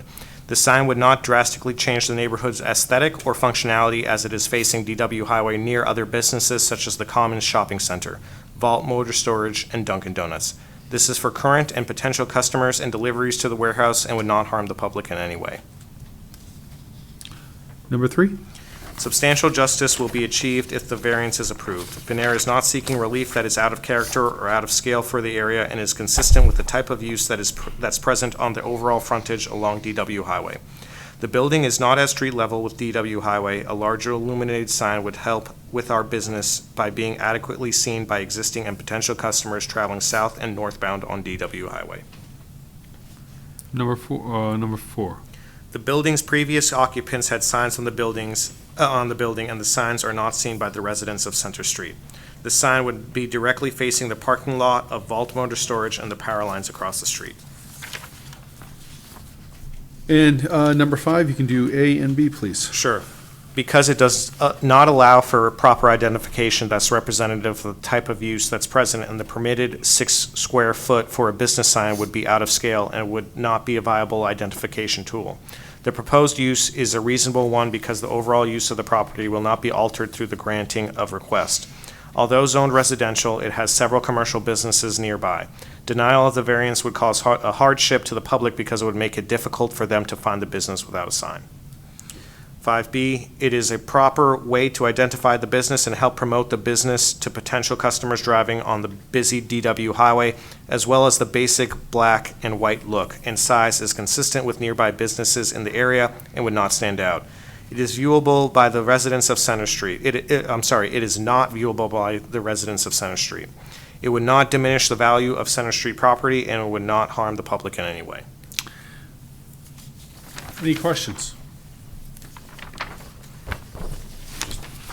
I'm curious, actually unrelated, but what does Venair do? So we sell flexible silicone hose solutions. So I do this all day, I do this on the phone, but we do it in a couple different industries. We do high performance, so we do like the heater hose, coolant sticks, CAC hoses for like the truckers, Gotcha. Bus freights, etc. But then we also do a lot of the high purity silicone hose assemblies for like pharmaceutical manufacturing. So the idea was to be centered around Boston because there are a lot of pharmaceutical companies in the area, and that's where the warehouse is there. Gotcha. So we stock everything, the hoses, the tubing, et cetera, in the Merrimack location. Okay. Yep. Free advertisement for you there. All right. If there's no other questions, I'll open it up to the public. Is there anybody that would like to speak for or against? I'm going to assume there's not, and we'll close the public. Discussion from the board. it's facing the vault. I mean, even, it's backlit, it doesn't, and by the sound of it, even if it was gonna be on at night, you're not seeing residents or residents aren't gonna see it by the sound of it, so, I don't know, any other comments, questions, thoughts? You know, even if you could see it at night, it's a good-looking sign. It's gonna be that would backlit distract like that? anybody, it's backlit. Yeah. Very subtle. Yeah. Motion? Yeah, if you're ready for motion. All right. I make a motion that the board finds the petitioner's responses to the statutory criteria are sufficient, proved each criterion is met, and the board adopts petitioner's responses as the board's finding of facts, and further, to grant the variance under section 17.09.3, the zoning ordinance to permit a 32.6 square foot illuminated non-residential wall sign in the residential district, whereas a maximum of 6 square foot non-illuminated sign is allowed, subject to the following condition, and that's that the petitioner shall obtain a sign permit for the proposed signage. All right, motion made by Rich. Do I have a second? Second. Seconded by Ben. All right, all in favor, say aye. Aye. All opposed? 500. Just keep in mind, 30 days, someone could appeal, but Okay. otherwise, you're all set. All right, thank you. Thank you. Real good Quick, evening. can I Thank just you. get the speaker's, your name for the record, please? Yeah, my first name is Evan, E-V-A-N. Last name Levy, L-E-V-Y. Thank you very much. Yep, thank you. All right, gentlemen. So, we have next up, action items. I think we're good to go. Yeah, no, you're Okay. good to go. Yeah, you're all set. Yeah, you're good. Thank you, guys. What do you got for us, Robert? I have nothing tonight. Okay, all right, excellent. And next, we have the approval. I think we of have the- one more item, though. We do. Wolf. What? Yeah? Well, I don't know if you saw my email. I actually asked to step down just because there's too much going on right now in my life. Okay. And then this guy over there gave me a bad conscience. Which one? Okay. Scott, the That's- one I kind of that's why we convinced got to him. join. He's our Right, enforcer. right. The one I was convinced to join. Put it this way, if it's not affecting the board, that this summer and fall, I'm gonna be taking a little bit of a step back, right, unless there's a quorum issue. I can ride it out a little bit and see how it goes later this year. Mm-hmm. I just know I started 2 businesses and there's too much going on, like in my family. Understood. So I just don't want to, put a hardship on the rest of the board. Understood. If you want to ride it out, as you say, I certainly don't have any problem with it. We've, knock on wood, we've pretty much had a quorum, luckily. We haven't had any issues, but, the decision is entirely up to you. Appreciate everything you've done, appreciate your service, but it's entirely up to you. Yeah, I hate to, start with something. I mean, this is, I think, my second year, right, or something like that, so. What is everybody else's availability like the next couple of months? Is it looking good for you guys or not so much? You guys in pretty good shape the next couple of months? I mean, Yeah. Foreseeably? Yeah. Okay, then let's ride it out a little bit. So I withdraw Okay. my resignation from. Okay. Duly noted. It's on you and you owe me a beer. Yeah. Off the record. Off the record. All right. That being said, do I have an approval of the minutes? Either me, Rod, Chuck, Wolf, anybody want to approve them? I make a motion that we accept the minutes of Wednesday, April 30th, 2025. Do I have a second? Do you think I'd be Wolf or Chuck? Well, we're not seated. Neither of us are seated. Is that a problem? You were both present. You're listed as present. Right, but seated members have to vote on it. It doesn't matter for a vote on minutes. Anyone you can second it, Yeah. seat and vote. Vote away. I'll second. Did you watch If it? you've read it or seen Did you it. read it or watch it? No. Chuck, would you second it? Chuck, all right. So Yeah, motion we made by got a Rod, winner. seconded by Chuck. Gentlemen, let's not act like you've never done this before, all right? Guys, Chuck's not seated. He can't second it. What? Chuck's not seated. He can't second it. Oh, because he's not seated tonight. Okay. Let's try this again. So, motion made by Rod and seconded by Scott. All in favor, say aye. Aye. All opposed? Wait a minute. You only have two in we have- favor? Doesn't matter. Yeah, For minutes, it doesn't matter. okay. You guys can- I abstained it's because I assumed- wasn't here for that meeting. Sorry, what? I wasn't in attendance at this meeting. No, yeah, no, I know. However, if you've read I'm the in minutes. favor just to pass the and motion. If you've read the minutes or saw it on TV, you then qualify as accepting them. Exactly. So you didn't need to be part of the In the meeting. future, I'll go to the TV. All right, so, is it passed? All right. I haven't seen the vote. It's All right, vote. Everyone who is there, vote. Yes or no. All in favor, say aye. Aye. I'll vote in favor. All right. 4, I trust your 0, 0, Make it 5. Just make it 5. 5. It's 5. It's 5. It's good. It's done. Oh my. And just to give you guys confidence, they look very good to me. I did read them, and I was there. Right, Chuck? All right. I make a motion, we adjourn. I second that. Thank you very much, Are we gentlemen. ready for that? Enjoy the rest of enjoy June. See you at the end of June. Well, See you at the end of June. we earned our keep today.